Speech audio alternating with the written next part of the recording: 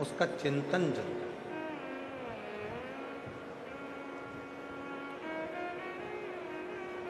कभी कभी अपने जीवन में जब भगवान शिव को एक लोटा जल चढ़ाने के लिए शिव जी के मंदिर में जाओ, भगवान शंकर को जल चढ़ाने के लिए जब भगवान शंकर के मंदिर में पहुंचो, शिव जी के मंदिर में जब आप जल चढ़ाने के लिए जाओ, तो जल चढ़ाने के बाद जब आप नंदी के पास में आकर बैठते हो, नंदी के पास आप जब जाकर बैठते हो, तो थोड़ा सा आत्मचिंतन किया। आत्मचिंतन से मतलब है कि हे परमात्मा, इस शरीर के द्वारा, मन के द्वारा, चित्त के द्वारा, मेरी वृत्ति के द्वारा, मेरी बुद्धि के द्वारा कभी किसी का बुरा ना हो, कभी किसी का गलत ना हो।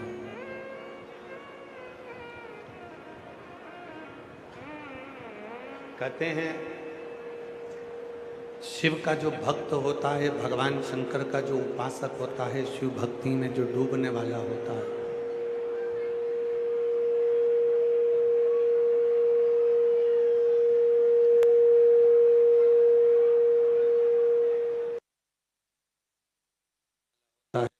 शंकर की जो उपासना करने वाला होता है, वो अपने चित्त को, अपनी वृत्ति को, अपने मन को कोई भी कर्म करता है तो उस कर्म में शिव को समर्पित करता है।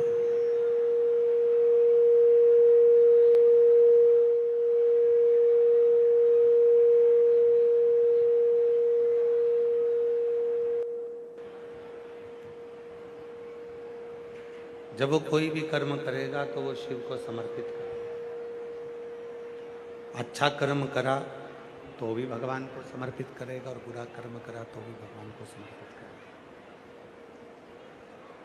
श्रेष्ठ कर्म किया तो भी भगवान को समर्पित करेगा, और बुरा कर्म किया तो भी भगवान को समर्पित करेगा।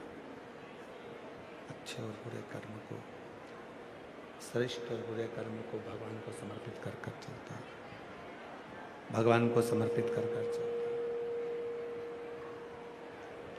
क्यों? क्योंकि शंभो शंभो शंभो शंभो शंभो शंभो शंभो शंभो शंभो शंभो शंभो शंभो। कितने साल हो गए तुम लोगों को साउंड चलाते चलाते? शंभो शंभो शंभो शंभो। शिव का जो भक्त होता है, भगवान शंकर का जो उपासक होता है, शिव की जो साधना करने वाला होता है, शंकर की जो आराधना करने वाला होता है, शिव साधना में जो डूबने वाला होता है, भगवान शिव की जो आराधना करने वाला होता है, वो अपने अच्छे और बुरे कर्म को शिव को समर्पित कर कर चलता है। अच्छा कर्म भी भगवान शंकर को देगा और बुरा कर्म भी भगवान शंकर को। शायद शिव महापुराण की विद्धेश्वर संहिता में एक बात लिखी है।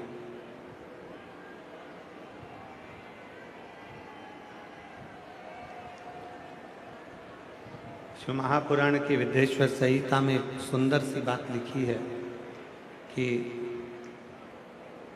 इधर की आवाज बढ़ा दो बाबा। शंभो। शिव महापुराण की विद्धेश्वर संहिता में एक बात लिखी है कि जो बेलपत्र है, चाहे वो बेलपत्र कैसा भी हो, पूर्ण बेलपत्र है तो भी वो शिव जी को स्वीकार। मान लो ये बेलपत्र बीच में से कहीं टूट गया, खंडित हो गया, वो भी शिव को स्वीकार, तो भी वो भगवान शंकर को स्वीकार। विद्येश्वर संहिता शिव महापुराण की कहती है कि मान लो बेलपत्र पूर्ण है तो भी शिव को स्वीकार है, बेलपत्र बीच में से खंडित हो गया वो भी शिव को स्वीकार है, बेलपत्र की एक पत्र टूटकर अलग हो गई और वो पत्र यदि आपको मिल गया है और तो भी आप उन तीनों को चढ़ा रहे हो तो भी वो स्वीकार है, तो भी वो स्वीकार है। और मान लो बेलपत्र के तीनों पत्र अलग अलग हो गए और वो तीनों पत्र तुम्हारे हाथ में आ गए और तुम उसे तो भी शिव जी को चढ़ा रही हो तो भी वो शिव को स्वीकार, तो भी वो शिव को स्वीकार। अच्छा बुरा जैसा भी है तुम शिव को समर्पित कर, अच्छी सोच बुरी सोच, अच्छी बुद्धि बुरी बुद्धि, अच्छा चित्त बुरा चित्त, अच्छा मन बुरा मन, जो भी है हम सब शिव को वही समर्पित कर, तेरा तुझको अर्पण।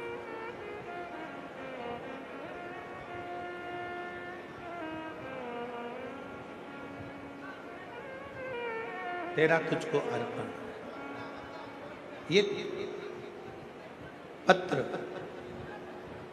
चाहे इनके 1000 टुकड़े हो जाएं, ये बेलपत्र चाहे इसके हजारों हजार टुकड़े हो जाएं तो भी वो शिव को स्वीकार। उसी तरह जैसे शंकर भगवान का शिवलिंग होता है,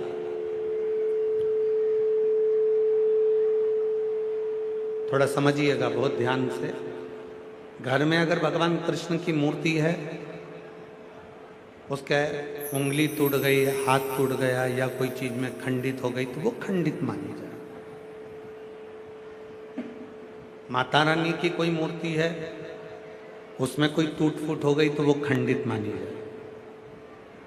गणेश जी की कोई मूर्ति है, उसमें कोई टूट फूट हो गई तो वो खंडित मानी जाए। जितने भी देवताओं की कोई मूर्ति आपके पास में है, अगर वो थोड़ी सी भी टूटती है तो वो खंडित मानी जाएगी। पर 33 कोटि देवता में केवल एक देव अधिदेव महादेव का शिवलिंग एक ऐसा है जो 1000 भी टुकड़े हो जाएं तो भी वो खंडित नहीं माना जाता, वो अखंड ही माना जाता। वो खंडित नहीं कहलाया। आपके घर में अगर कोई शंकर भगवान का शिवलिंग रखा है, उसके 4 टुकड़े हो गए, 3 टुकड़े हो गए, कोई बच्चे ने उसको गिरा दिया, स्नान कराते कराते खंडित हो गया, उसके टुकड़े टुकड़े हो गए, 1000 टुकड़े हो गए उसके, तो भी वो खंडित नहीं कहलाए। वो खंडित नहीं हो सकता, वो अखंड है। शिवलिंग कभी खंडित नहीं माना जाए, उसको अखंड माना जाए। उसी तरह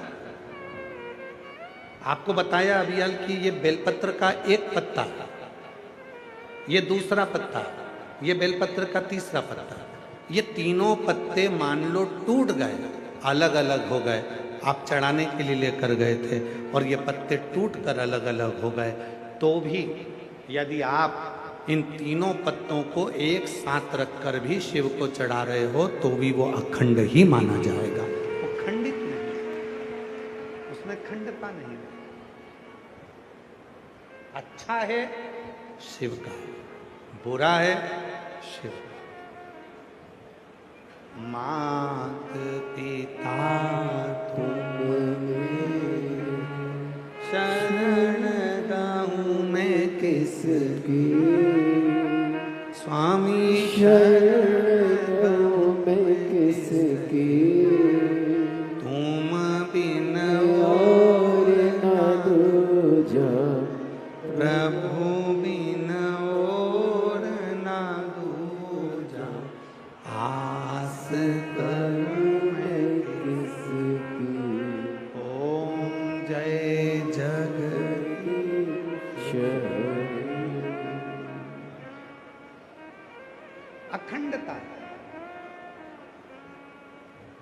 आपसे एक प्रश्न करते हैं इसी संवाद में,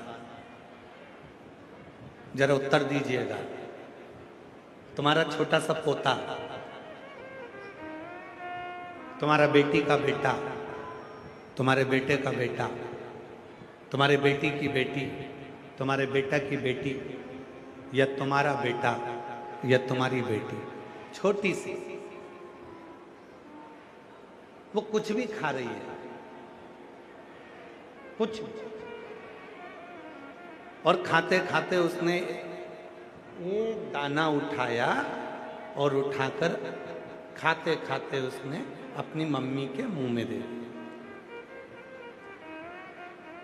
खाते खाते उसने अपने पापा के मुख में दे दिया। अब ईमानदारी से बोलो, इतने से दाने से बच्चे का छोटा सा हाथ, छोटी सी उंगली, और वो छोटी सी उंगली से वो बच्चा दाना उठाकर तुम्हारे मुख में दे रहा है। बच्चे का पेट तो वो छोटे से दाने से भरा जाएगा, पर क्या तुम्हारा पेट भराएगा क्या उस दाने से? नहीं भराएगा। फिर भी तुम्हारा बेटा दे रहा है, तुम्हारा पोता दे रहा है, तुम्हारी पोती दे रही है, और बड़े प्रेम से तुम्हारे मुख में दे रही है, तो भले 56 भोग ना मिले, पर वो एक दाना तुम्हें तृप्ति प्रदान कर देगा। प्यार से दिया है मेरे बच्चे ने। बच्चा गोदी में बैठकर वो दाने को उठाकर मम्मी के मुख में दे रहा है, पापा के मुख में दे रहा, भैया के मुख में दे रहा, बहन के मुख में दे रहा।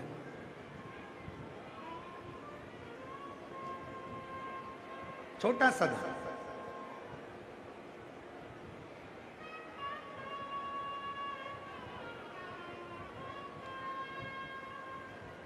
वो लेकर आता है और दे देता है।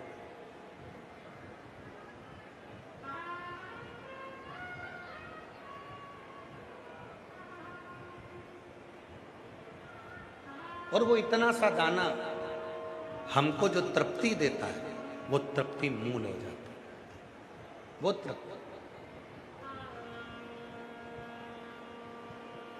एक बिल्कुल छोटा सा दाना वो लाके दिया और उसमें हमको तृप्ति। अब वो दाना इतना बड़ा नहीं है, वो भोजन का कोरा इतना बड़ा नहीं है, पर वो दाना जो उसने प्रेम से दिया है वो तृप्त कर रहा है। जो उसने दिया है उसमें हमको तृप्ति मिली। उसी तरह आप पिता हो, भगवान शंकर पिता है, माँ जगत जननी दुर्गा भवानी माँ है। आप सब, हम और आप उस शिव के पुत्र पुत्री हैं, बेटा बेटी हैं। हम अगर अच्छा भी देंगे तो भी वो स्वीकार करेगा, और हम उसे बुरा भी देंगे तो भी वो स्वीकार करेगा, और खुश होगा कि मेरे बच्चे ने कम से कम मुझे कुछ तो दिया, कुछ तो प्रदान करा।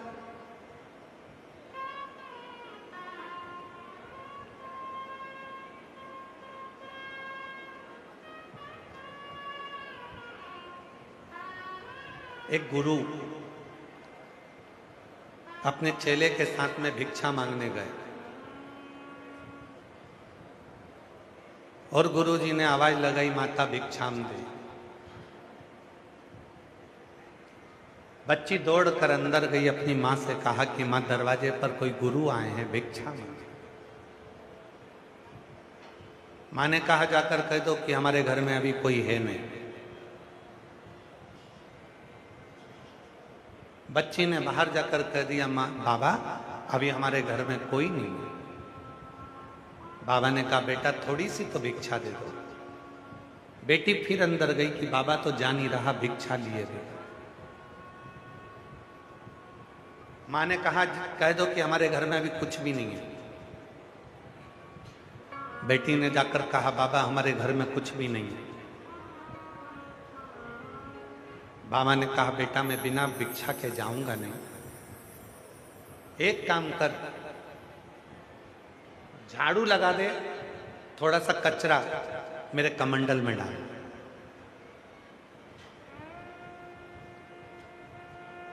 बेटी ने झाड़ू लगाई, कचरा उठाया, बाबा के कमंडल में दे दिया। बाबा कचरा लेकर चले गए।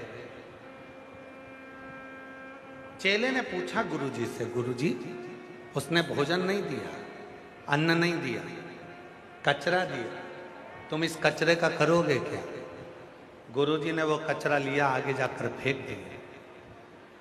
जब कचरा फेंकना ही था तो तुम लेकर क्यों आए? गुरुजी ने कहा, उसकी माँ ने अपनी बेटी को ये सिखा दिया कि संत आए तो कह देना कि कोई है नहीं, संत आए तो कह देना कुछ नहीं है। मैंने उस बेटी को सिखाया है कि संत दरवाजे पर आए तो खाली ना जाए, भले कुछ भी दो पर देकर भेजो। बेटी ने कम से कम आज कचरा दिया है, जब शादी होकर जाएगी तो दरवाजे से किसी संत को कभी खाली नहीं भेजे। देने की जो आदत है वो बचपन से होती, प्रार्थना की जो आदत है वो बचपन से होती।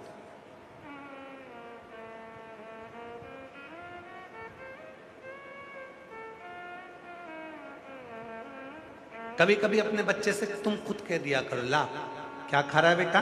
बिस्कुट। ला, दादी को नहीं खिलाएगा? बच्चा आएगा, छोटा सा टुकड़ा तोड़कर दादी को मुख में बिस्कुट देगा, भले पूरा नहीं दे पर इतना सा भी दे तो तुम खुश हो।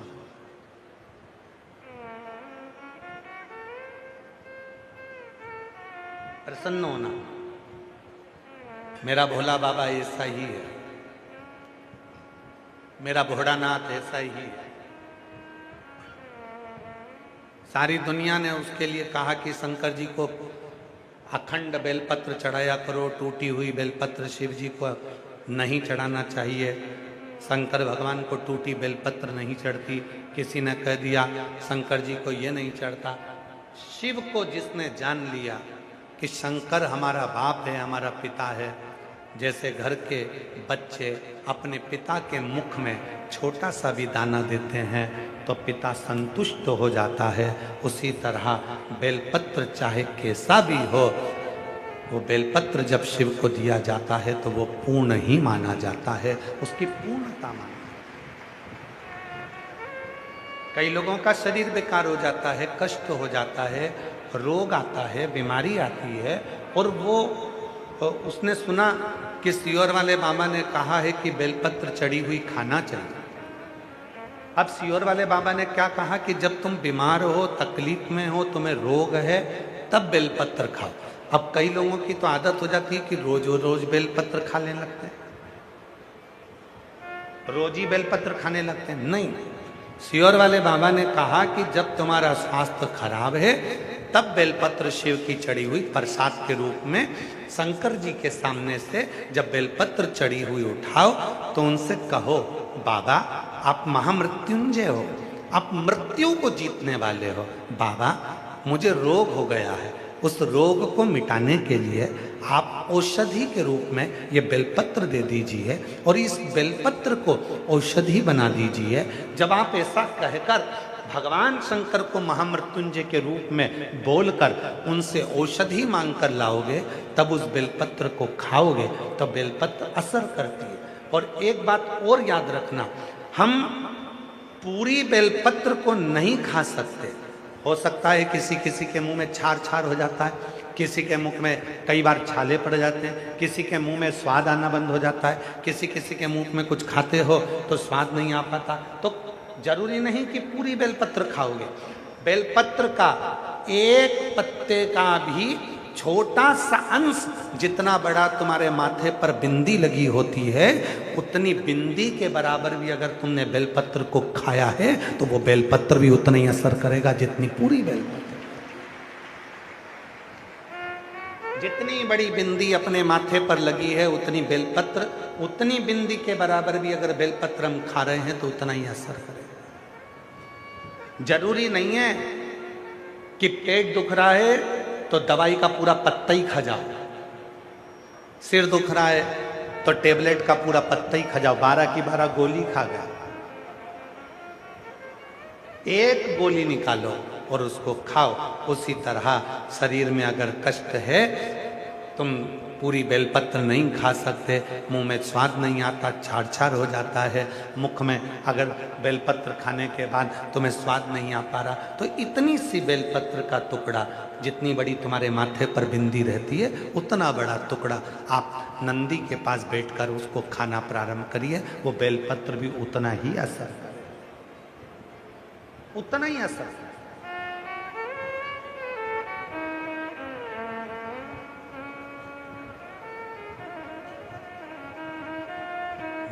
मैंने तेरे ही भरोसे बाबा, तेरे ही भरोसे हवा बिच उड़ती जावागी बाबा, डोर तो छठी कटी जावागी, भोले मैं तेरी पतंग, शंभू मैं तेरी पतंग। जरूरी नहीं है कि तुम बहुत सारा खाओगे तो असर करे।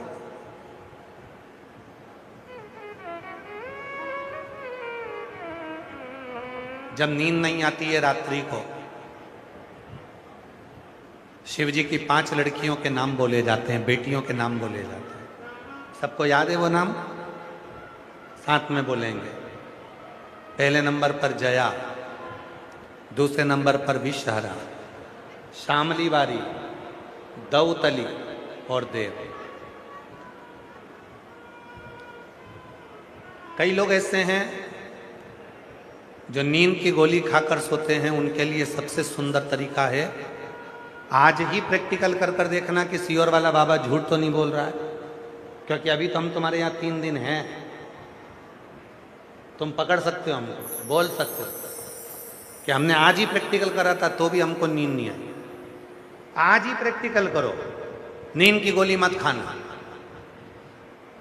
शिव जी की 5 लड़कियों का नाम लीजिए। पलंग पर सोते समय जब आपने पूरा मोबाइल वगैरह सब देख लिया, अब सोने का समय आ गया, उस समय पर मोबाइल को बंद कर कर रखो और हाथ की अंजलि में थोड़ा सा जल लो। जया, विषहरा, शामली वारी, दौतली, देव, शिव जी की 5 लड़कियों का नाम लेकर थोड़ा थोड़ा जल हाथ में लेकर, जो शंकर का चढ़ा हुआ जल है उसको थोड़ा थोड़ा हाथ में लेकर, या सीहोर के रुद्राक्ष का जो जल है उसको थोड़ा थोड़ा हाथ में लेकर जब आप पियोगे और जैसे ही श्री शिवाय नमस्तुभ्यम कहकर सोओगे, सुबह ठीक 4:30 और 5 के बीच में तुम्हारी नींद खुल जाएगी।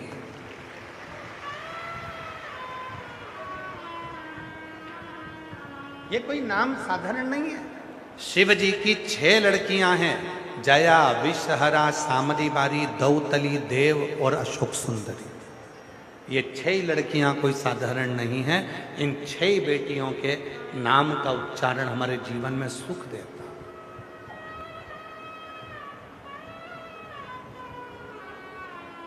एक छोटी सी बेलपत्री का टुकड़ा, मात्र जरा सा बिंद, एक पत्र है, पत्र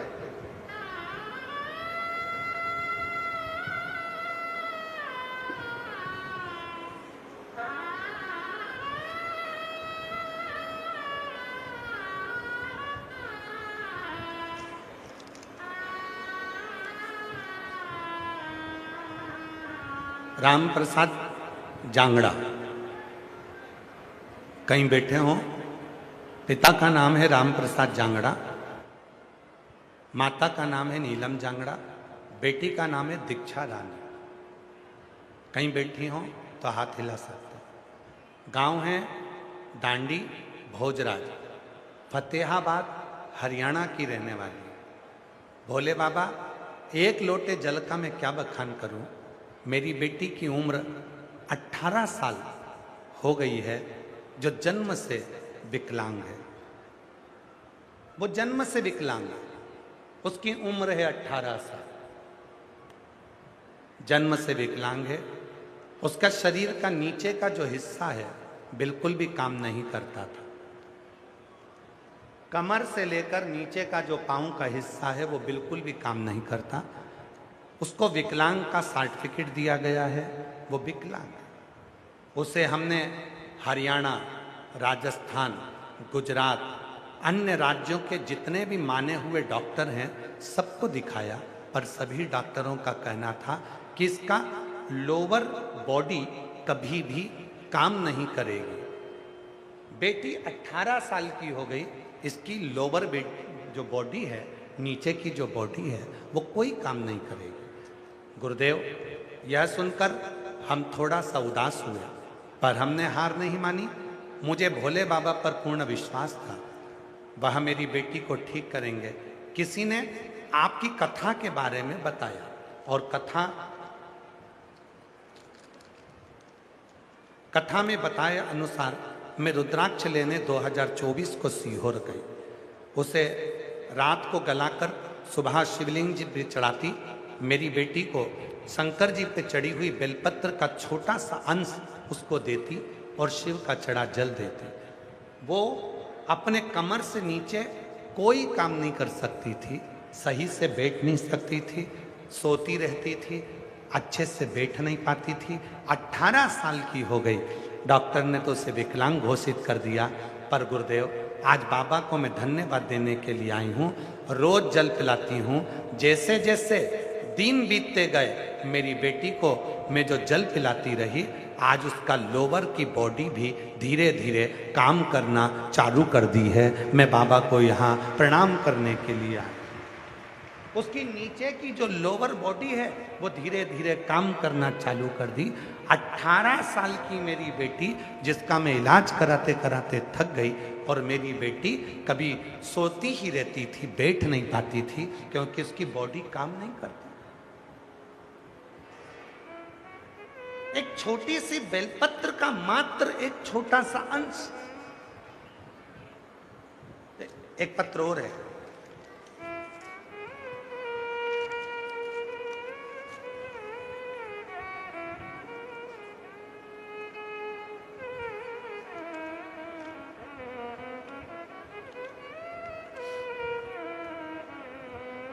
मेरा नाम है सलिंद्रो देवी, पति प्रदीप कुमार, अघोवा, जिला अंबाला की निवासी हूँ। कहीं बैठी हो तो हाथ हिला सकती हैं। जिला अंबाला से आई हैं। पति का नाम प्रदीप कुमार, मैं सलिंद्रो देवी, मेरा मोबाइल नंबर ये है। मेरे पति को 2025 को कैंसर की बीमारी का पता चला। मेरे परिवार काफ़ी घबरा गए। डॉक्टर साहब को हमने ऑपरेशन के लिए बोल दिया। डॉक्टर ने ऑपरेशन के लिए बोला। मेरी बड़ी दीदी और मेरे पति को घर देखने के लिए आई। उन्होंने हमें कहा, सीहोर के रुद्राक्ष की महिमा के बारे में बताया। मेरा पति और दीदी सीहोर की कावड़ भरने के लिए गए और वहाँ पर कंकर शंकर का पूजन किया। हमको नहीं मालूम कि सीहोर की कावड़ में ऐसा क्या होता है, पर जितनों से भी पूछा, उसने एक ही बात कही कि सीहोर की कावड़ 3 महीने के अंदर फल दे देती है। तो हम भी कावड़ भरे और कावड़ भरकर जब हम वहाँ कंकर शंकर पूजन कर कर आए, बाबा से विनती कर कर आए, और गुरुदेव लगभग 3 मंथ के अंदर बाबा ने ऐसी कृपा करी कि मेरे पति को मैं वो रुद्राक्ष का जल देना प्रारंभ करी, और अपने पति की जांच कराने के लिए वापस हॉस्पिटल लेकर गई तो डॉक्टर ने कह दिया कि अब तुम्हारे पति को कैंसर नहीं है, उसका कैंसर ठीक हो गया है, उसका कैंसर ठीक हो गया है। बाबा, आज मैं बाबा को धन्यवाद देने के लिए आई हूँ। पति का कैंसर तो 3 महीने में बाबा ने ठीक कर दिया, पर गुरुजी 6 महीने के बाद उसको पैरालिसिस हो गया। हमने भोले बाबा में अपना अटूट विश्वास बताए रखा और रुद्राक्ष का जल अपने पति को पैरालिसिस में भी देते रहे।